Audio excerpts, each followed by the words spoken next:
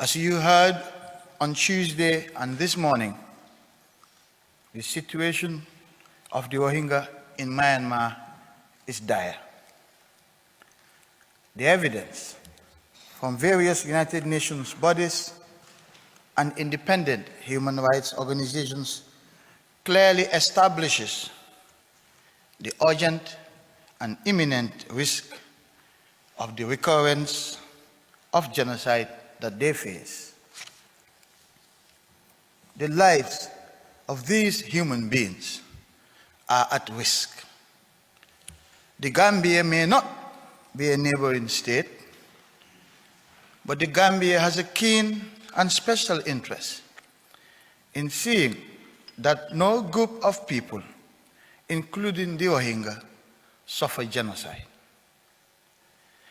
As a state party to the Genocide Convention, the Gambia has come to this court to protect its rights under the convention, to ensure that the erga omnes partes obligations undertaken by Myanmar under the convention are fulfilled.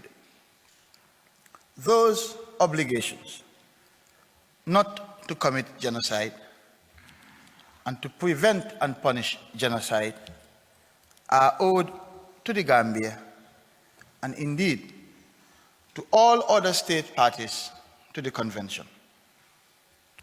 Mr. President, honorable judges, the Gambia has been open about its dispute with Myanmar. We openly raised this dispute at successive sessions of the United Nations General Assembly. We have openly welcomed support for this effort from other states, including member states of the Organization of Islamic Cooperation. Indeed, it was from beginning to end the Gambia's initiative to table resolutions and form a committee and seek the broader support of the other 56 member states of the Organization of Islamic Cooperation. The Gambia is proud to have the diplomatic and political support of the other 56 member states of the OIC and of other supportive states like Canada and the Netherlands, as the Gambia, in its sovereign capacity, pursues this case against Myanmar. It was the Gambia alone that sent the note verbal to Myanmar to clearly spell out the nature of this dispute and put Myanmar on notice. And it was the Gambia alone that has filed the application and request for provisional measures that is now before the court. Mr. President, honorable judges, the Gambia's request for provisional measures falls squarely within the Genocide Convention. We have shown that the rights of the Gambia that we are seeking to protect are plausibly connected to the measures requested. And we have amply demonstrated urgency and risk of irreparable harm. The Gambia urges this court, as the guardians of our moral and legal compass under the convention, to indicate the requested provisional measures. Mr. President, I shall now read out the Gambia's final submissions. Pursuant to Article 41 of the Statute of the Court, the Gambia, as a state party to the Genocide Convention, respectfully requests the court, as a matter of extreme urgency, to indicate the following provisional measures, which are directly linked to the rights that form the subject matter of this dispute, pending its determination of this case on the merits. A.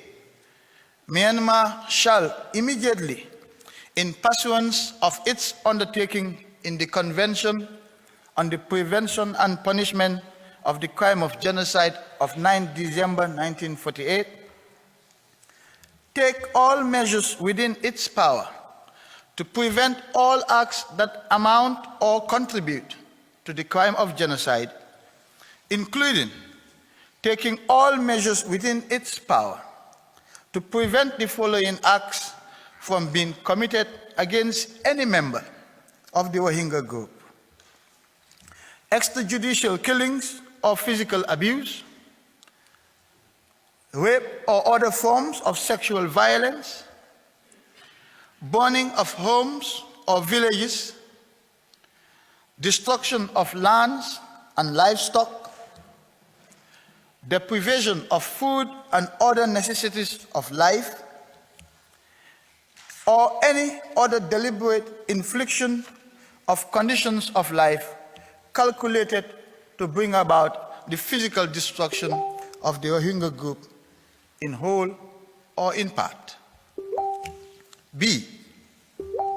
Myanmar shall, in particular, ensure that any military, paramilitary, or irregular armed units which may be directed or supported by it, as well as any organizations and persons which may be subject to its control, direction, or influence, do not commit any act of genocide, of conspiracy to commit genocide, or direct and public incitement to commit genocide, or indeed of complicity in genocide against the Rohingya group, including extrajudicial killings or physical abuse, rape or other forms of sexual violence, burning of homes